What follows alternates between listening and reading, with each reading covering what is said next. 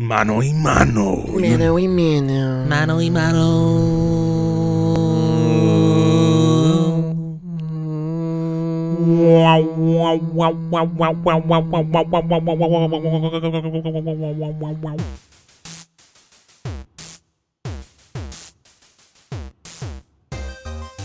Welcome everyone to the JpeG podcast. I'm Greg. And I'm Jerry. And it's Tuesday, March 29th. It is our episode 5. 5. Coming at you. 5 is big. 5 is big. For two dudes. Just Exactly. doing it. Right. Just doing it? No, we're not. But you get the point. Yeah. So, getting into some tech news. Lay it on me. Laying it on ya. Please. So before we get into tech news, I actually saw Batman vs. Superman this weekend. And I know that's a big, controversial movie that's been out. Yeah, so I've heard. Do tell. What'd you think? Well, okay. So my point on the whole movie is that I actually really liked it. I liked the cinematography. I liked the special effects. I mean, obviously those are like the really big, dumb, stupid, everyday things that people are like, oh, this is so cool. But I kind of liked the story. The only thing I had complaints about was the fight scenes. I'm not going to spoil anything, but the fight scenes were very kind of like fake. Huh. Especially when Batman was fighting. You can kind of see what the next move was going to be because they weren't like, I guess, shooting him with guns when they all had guns. Right. So they could have easily, in multiple different scenes, they could have shot him before he could have even laid the following punch. So Batman. On the Batman, yeah. And from the previews and trailers, you can see he's wearing like a huge ass suit and stuff. So he's probably moving pretty slow, but not here. So I can't not think of Iron Man. Yes, that was the other thing. Especially with the eyes, they illuminate. Yeah. And I don't know if those served any purpose. And again, I'm not going to spoil it, but I don't foresee it serving. Swear to me. They look cool. They look really cool. I'll admit that. His suit is very cool. And speaking of, there's actually, on one of the topics that I had was Google Maps is allowing you to use Street View to go through Bruce Wayne's lair. Is it like a promotional thing for the movie? Yeah. So they teamed up? Yep. And literally you can go through like on Google Maps, like Earth View, and you can literally walk around his bat lair all the way into his home. So it's pretty neat. Wow. Yeah, I was kind of taking a peek at work and, checking out the pad, the digs. It looks like he's got the tumbler still for his car. He does. Yeah, the car was pretty sick. I'm not going to lie. I actually fell asleep during a scene. You wouldn't. So That's okay. I fell asleep during Van Helsing. What? Yeah. I don't know if I've even actually seen that movie. It's like a B rate. Oh, well, okay. I don't know. Well, whatever. The car is pretty cool, and I think I definitely fell asleep during some of the scenes that it was like the most important scenes for it, which is kind of sad because I went to the movies with Brian and he looked over and I was totally like that's okay. Hey, that's okay. That totally happens. Passed out. The worst part of it is I get mad that I'm paying so much for a ticket. I know. And I'm sleeping. Yeah. And I found myself trying to like stay awake during other scenes too. Yeah, I mean, another one I fell asleep in was Skyfall. Skyfall? Not because I didn't like it. Okay. The Bond movie. Yeah. I just was freaking tired. And it's just like there's bullets and explosions and shit. And I would imagine that I would keep me awake, but opposite, I guess sir. The opposite. You acclimatize your sound to like what you're used to when you're sleeping, and then you just sleep. Yeah, it was actually kind of almost refreshing for me because it was like that kind of like child mentality where it's like, man, look at that kid. He's just falling asleep and there's fireworks here at Disney World going off and he's dead asleep. Yeah. I wish I could sleep like that kid. I know. And I felt like a kid for a moment in the theater. Well, that just brings a tear of joy to all of our faces. Just a tear of joy. And a drop of sunshine in my heart. So... Now, I'm going to pose a question to you. I'll pose an answer to you. Do you consider Batman a superhero? Or is he just a man with excellent technology? That's what I was fighting myself with in the whole movie. And personally, looking back at the other ones, he's not a superhero, in my opinion. Okay. Let us know what you guys think on that. because I personally think that he's not a superhero. Like you said, others may argue that he is, but yeah. I just think he has some badass tech that is helping him kick butt. It's like, Total butt. yeah, because otherwise, I mean, he's super jacked, and Yeah. that's portrayed in the movie, but that's not gonna stop someone from like. He doesn't have like supernatural abilities Right. or He can't fly. He can't laser beam with his eyes, right. and he can't spit fire. So spit fire. With just his body. Speaking of superheroes, Yeah. you showed me a cool little video. Yes. Code 8. I stumbled across this movie, or this, I guess, short movie today. It's kind of like a short film previewing this movie, and it looks awesome. It's called Code 8, and the movie is basically based out of what looks like it's LA. I think that's where it's filmed, but basically, it's 4% of humans in this city called Lincoln City have superpowers, so super abilities. And if you guys check out the trailer, it kind of shows these normal everyday people that have like this weird ability to cut these metal pipes with their finger because they can So like use it as a blowtorch. use it as a blowtorch, exactly.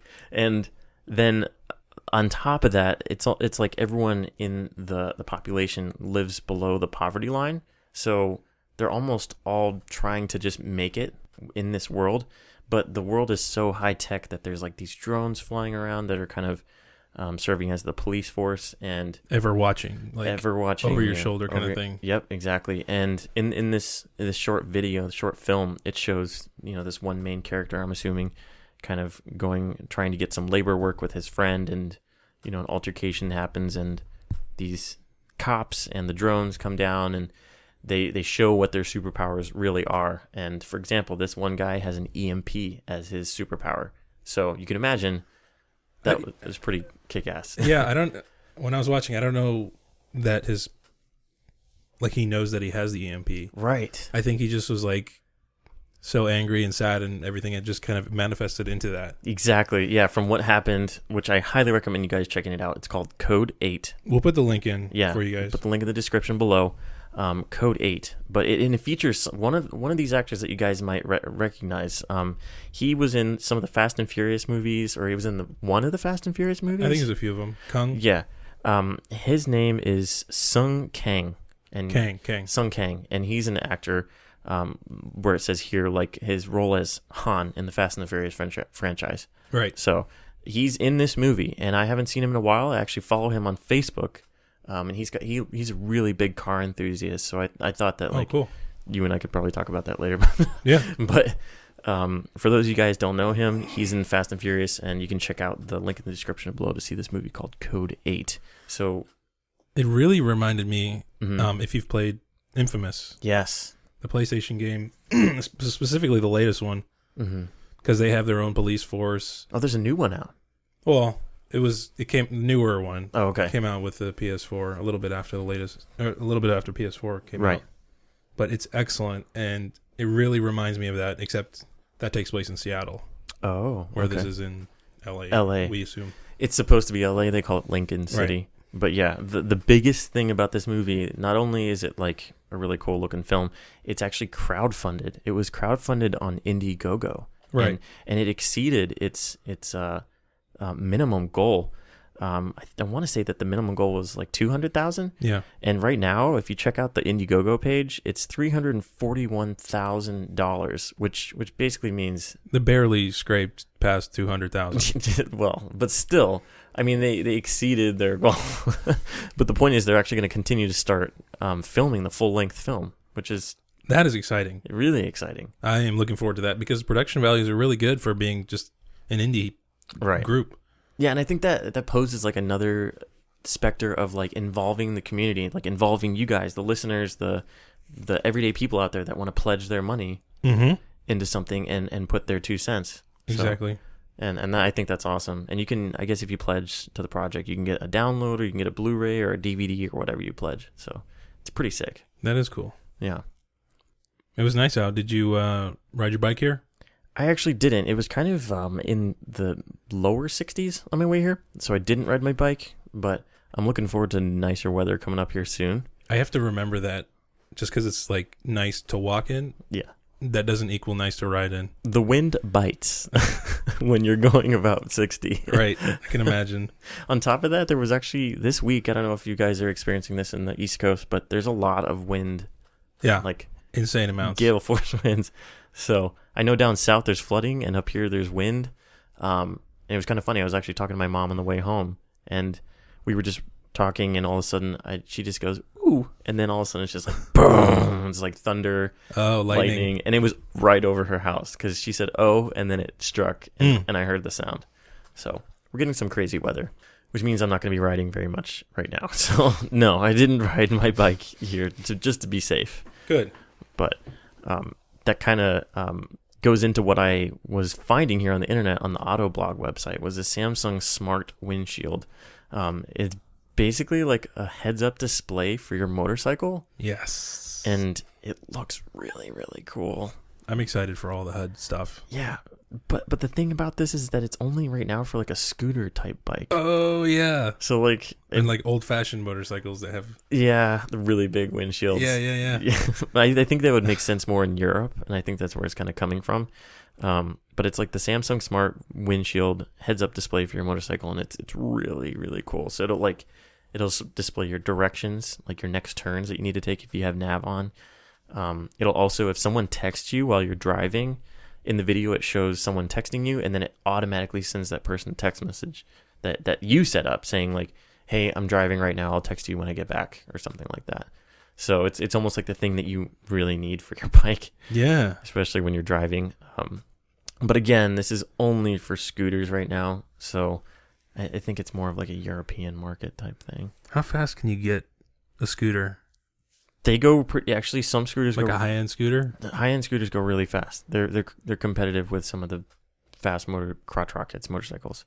Some of them are really, really cool. I think like this one in the video is like a Yamaha. Mm-hmm. That one is definitely a quick one because you see them on the highways sometimes, in Europe at least. So around here, you're not going to go very fast in them. You're going to be using your feet half the time to push. Oh, no. That's very cool. I know for a while the Corvette and Cadillac has had like a really basic HUD that reflects basically up off the dash into the windshield. So so it shows your speed and RPMs and things like that. Totally. But it's pretty basic. Right. Yeah. And right now BMW has it, and Mazda has like their own little thing where it's like a little plastic screen that pops up like above your dashboard. Okay. And it like kind of bounces off that little piece of glass. Cool. And it's an affordable car. I actually really like the looks of it. The Mazda? Yeah, the Mazda. The Mazda 3. I almost got one. Yeah? But then I didn't. That's all right. So there's the story. That's all right. Speaking of affordability. Well, I did get a Honda. You did? Yeah. But you don't have that Honda anymore. No, I don't. And I don't have a HondaJet either. Because there's an airplane, basically I was looking up today too. There's an airplane that's like a G650, like fly like a G6. That's that airplane. So we're talking about right now private jets. So private jets are kind of like the thing. If you got money, like Greg and I, we fly in private jets over to each other's houses, even though we're like 2 minutes away. Yep. We use Harriers to go up and down. No runway needed. Yeah, no, we're definitely not doing that. We wish, but no. That would be dope. But HondaJet, so the company Honda, which you all know, they've come out with this new affordable private jet called the HondaJet. And it's like the Civic of private jets. Perfect for the middle-class American looking for the private jet experience. Yeah, perfect for the middle-class American that has a $4.5 million. That's still a lot of money to me. That is nothing but a chicken wing. True. Maybe like a few bajillion chicken wings. But yeah, no, the HondaJet is $4.5 million, and it's more affordable than most of the private jets out there. And if you look at the jet, it's actually really unique looking. The jet has the engines not mounted on the body, but mounted on the wings. So not only does that help with stability, it helps with like cabin space. So you gain that much more cabin space, which I never thought about. That is super unique, actually. Now that I'm looking at it. So the engines are mounted on the wings themselves, right after they are attached to the fuselage. Right. So it looks like, if you looked at this just kind of in passing, you'd be like, oh, just normal jet. Engines are attached to the side of the fuselage. I mean, I did body when we first started talking about it. Right. Yep. And so now, if you look closer, they're actually like kind of. They're standing up. Yeah, standing up, jerry-rigged, kind of looking off the wings. And that in itself, like in turn, gives the airplane like a lower profile to the ground, like lower ground clearance with the wings too, which is really, really unique and streamlined. So that helps with like aerodynamics and stuff. But if you look in the inside, you basically gain all of that real estate now in the cabin. You no longer have those windows in the back that are getting deleted because the engines are there. I hated that with my private jet. Yeah, It sucked. It just sucked. I'm going to get a freaking Honda. The HondaJet. Yeah. On top of that, the avionics, the advanced cockpit that it has is like top of the line with these like, looks like 20-inch screens, 3 of them. Yeah, it does. On top of that, there's like 2 like 5 or 6-inch screens that look like iPods, iPhones, like kind of towards the middle with all of your other controls. So it's like revolutionary airplane out there. So if you want to buy an airplane, check out HondaJet. Tell them Greg and Jerry sent you for a 10% discount. 10% discount. Call HondaJet. Not sponsored. Not yet. Not yet. Sorry. We hope to. Honestly, I don't know if I'd want to have a private jet. It's so expensive. If you have a private jet, then that statement that you said about it's so expensive doesn't really apply, I don't think. That's true. You probably wouldn't worry about that. That's true. I'm just sitting here worrying about when I'm going to get my next phone. When are you getting your next phone, Greg? I don't know. Probably every November when the new Nexus comes out. So we were actually talking about that. Remember how you were like, I wonder what kind of dessert it's going to be? Yeah, that's the new release of Android. Right, which will be on the new phone. Correct. Yeah. Correct. But they still haven't named it. Oh yeah, no name. I could even almost bet money on Nutella. I would like that. I think it would be really cool. It would be cool. How would they make the statue though? There's a statue of every. A statue? Yes. There's a statue of every treat, like as an Android robot. The Android, yeah. You know what? They'd probably have like a Nutella wrapper, like unwrapping, and the top half of his body is the bar. I guess they could have. Or the jar. Just the jar, yeah. He'd be the jar. Yeah. Because for Kit Kat, he's literally green. No, he's brown. He's brown Kit Kats with the Android head on top of the wafers. It's really cute. It's really cute. You can actually go see them in San Francisco if you go to Google's offices. Oh, really? Yeah. Wait, I've walked around the Google campus. Did you see them? I saw one outside of one of their buildings, but I didn't see a bunch. This is pre like super major Android. Okay. Was like really. There may popular. have been one or two then only. There was only one. It was like in front. Whoa. It was actually, I was with my dad. We were walking around and we wanted to go check out all of the headquarters. So we went to Apple's campus and we went to Netflix headquarters. Cool. And then we went to Google and we actually parked. Okay, get this. We drove and parked and walked around to one of the buildings. While we were walking around, we saw like a bunch of cafeteria and people eating and all that. Like we were in the heart of the campus. And then we go through these doors, which I still to this day do not think we were supposed to be able to get through. We go to this guy at this front desk and we're like, hey, we're wondering, do you guys have any tours or anything like that? And he looked at both of us and he's like with the most confused face. And he's like, actually, I don't know how you guys got in here. We don't he said that? Yeah. He's like, we don't have any tours. You'd have to do that probably through like our website, but we don't have any tours here on campus. This is a closed facility. Ah. So this was back in like, I want to say 2010 maybe. Okay. But even still, like we were literally in campus and people were riding around with their bicycles and Priuses with Google all over it and stuff. So that's funny. It was pretty funny. We definitely weren't supposed to be there. Well, Android's come a long way since then, as you know, and I know, and you, the viewer, yeah, listener, yeah, no, hopefully, yeah. But the suit that Oracle filed against them in 2006 for using Java, basically without asking, is still around. I don't know about that. I'm sorry. Team. It's okay. Hashtag Jerry iPhone. Apple for life. No, but apparently it was revealed that they're asking for $9.3 billion. Whoa. They could buy tons of HondaJets with that. Yeah. Like 146,000. Give or take one or two. That'd be funny if they were powered by Android, though. But yeah, I guess that dollar figure wasn't revealed until recently, and they're arguing that Google was saying that it's fair use. Okay. But Oracle is saying no, it's not. So they're in cahoots. Not in cahoots. Cahoots, I think, means working with each other, right? Probably. In cahoots? I don't know. In cahoots. In cahoots. What did you find? Of course it won't tell me. UrbanDictionary.com that. In conspiracy with someone, in a league with someone.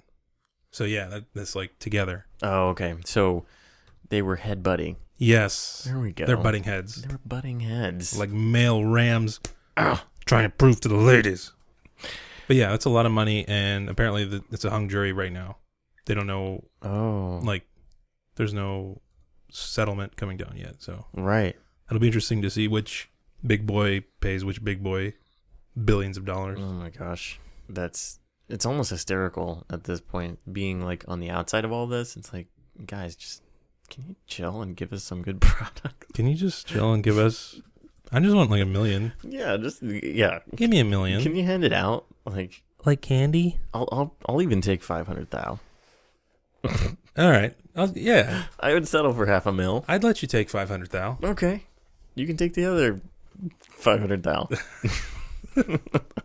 Will do. Today's podcast brought to you by money. AKA Google, Oracle, Samsung, Apple. HondaJet. Fly the friendly skies. HondaJet. HondaJet. Talk to me about GTA 6. GTA 6. So, for those of you who don't know, I really hope you do. Grand Theft Auto, greatest game. Well, it was the greatest game. I loved it growing up. 5 was fantastic. 5 was fantastic. Hilarious. Great script. Yeah. They've come such a long way. Yeah. From Liberty City, holy crap. I know we were talking about this. Yep. Grand Theft Auto Liberty City, when that thing came out, I thought it was the most beautiful game out there. It had the water was reflecting and glistening as you drove by, and the palm trees, I feel like they moved or something like that. Vice City. No, that was Vice City. Was Yeah. I thinking of Vice City? Yes. Yeah. Miami? Not Liberty City. Vice City. I'm sorry. Vice City. Vice City. And I feel like you could customize your car or something like that. Maybe not. Maybe that was in the next one. Either way, Vice City was beautiful. And I don't know why. Jerry and I have a thing for the 80s. yeah. We love that shit. We're such 80s babies. So we really like, that vibe the Vice City gives off. Yeah. The pinks and the palm trees and the purples and the, just fast, fast cars, outrunning the police. Yeah, Push it to the limit. That. Yeah. That.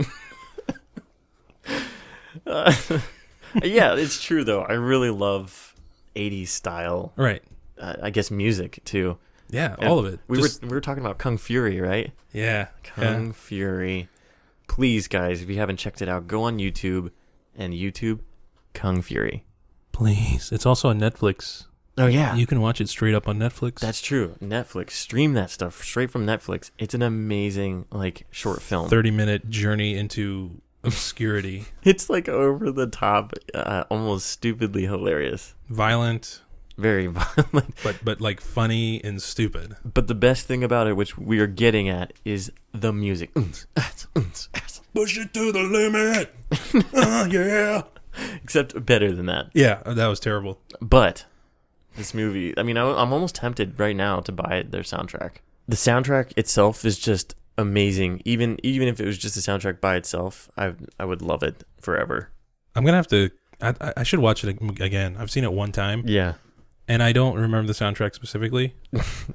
But I guarantee you, I love it. Yeah, there is a specific artist, and I forget the exact artist that does the songs, but he's awesome. He's got like his own style, and like the 80s is his style. Right. But it's just this pop techno 80s style. It's so good. So good. Mitch Murder?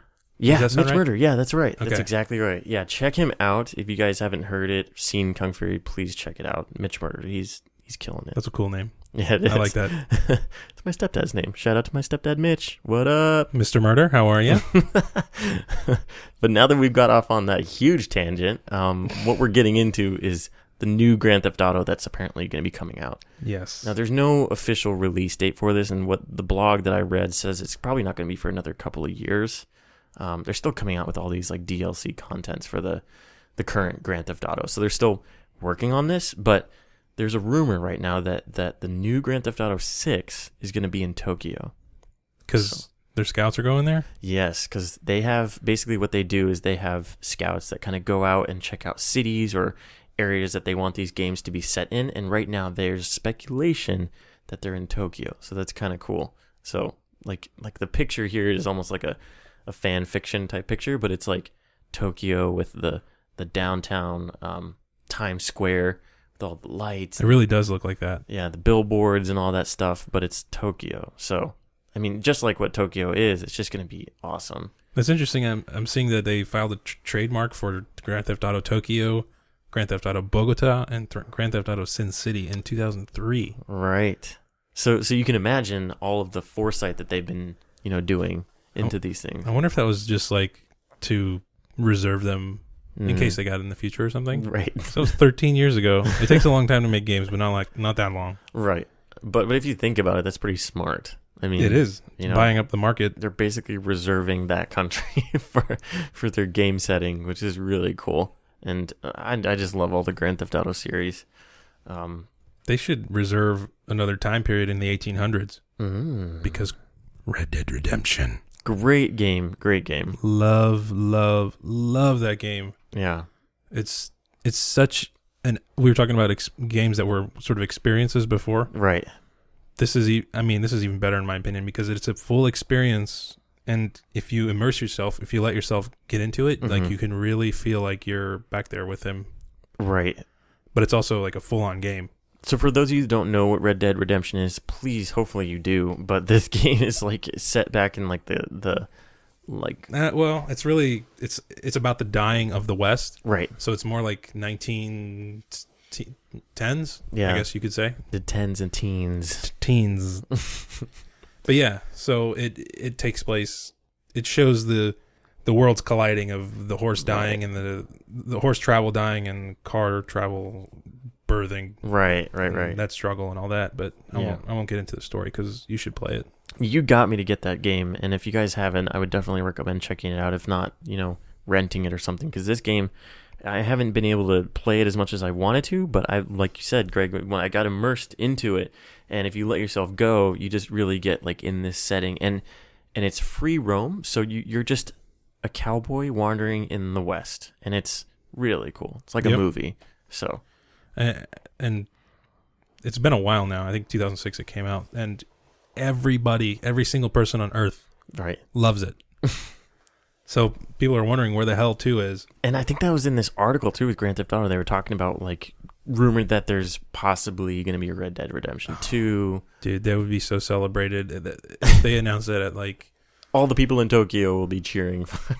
Just everything. Everybody on Earth would be, even the people in the tribes in Africa. Or South America. African tribes. Or the island of Guinea. Papa? Yeah, Papua New Guinea. Papua New Guinea. Papua New Guinea. So you mentioned something to me today about Sony 4K. What do they have coming out? Sony will be offering a 4K streaming service, but it's not something you subscribe to as far as I can tell. Okay. It's something that you have the ability to basically purchase for $30 each a 4K film. That's sick. So it's not like Netflix where you stream it or whatever. Yeah, you don't browse it and you're like, hey, pay a monthly fee and watch whatever you want. Right. It's not that. It's you can stream a movie whenever you want. Mm-hmm. That's 4K for $30, I guess. Right. But And you have to have a 4K TV. You gotta have a 4K TV, bub. You know? Ain't nobody got $5,000 for that. But I'm gonna be honest with you. Here's the deal. Okay. Lay it to me. This is what you want to do with Sony Ultra. Yeah. Buy a 4K Sony TV, Okay. $3,500, maybe $4,000. Chump change. HondaJet. Whatever. I have two in my HondaJet. All right. You get 4 titles, complimentary on the house. What? That's $120 value. Thanks, Sony, for the sponsorship. Sponsored by Sony. Ding. Innovation. Today, tomorrow. Bringing you tomorrow, today. So far, those of you keeping count, we've got like 1,200 sponsors on this podcast today. Plus or minus 1,000. Plus or minus that. But yeah. What do we have? What, exactly like 7 or 8? I think 7. We got some big brands on our sponsorship right now. Sony, Google, Apple, Samsung, HondaJet, Oracle, Pokemon. My boy Jesse the Priest. He has to be a sponsor. He gave me $1.50. He's a sponsor. Jesse. Thank you, brother. Thank you. To conclude it, I think this has been a great episode. Oh, yes. Thank you, everyone, for listening. Thank you for watching on YouTube. Let us know what you think. Yep. What's on your mind. Give us a like. Give us a comment. Little subscript. Little subscript. Shun. Subscription. You know. We love you forever. Long time. Long time. But thank you, everyone, for listening. I'm your host, Jerry. I'm Greg. And we out. Out.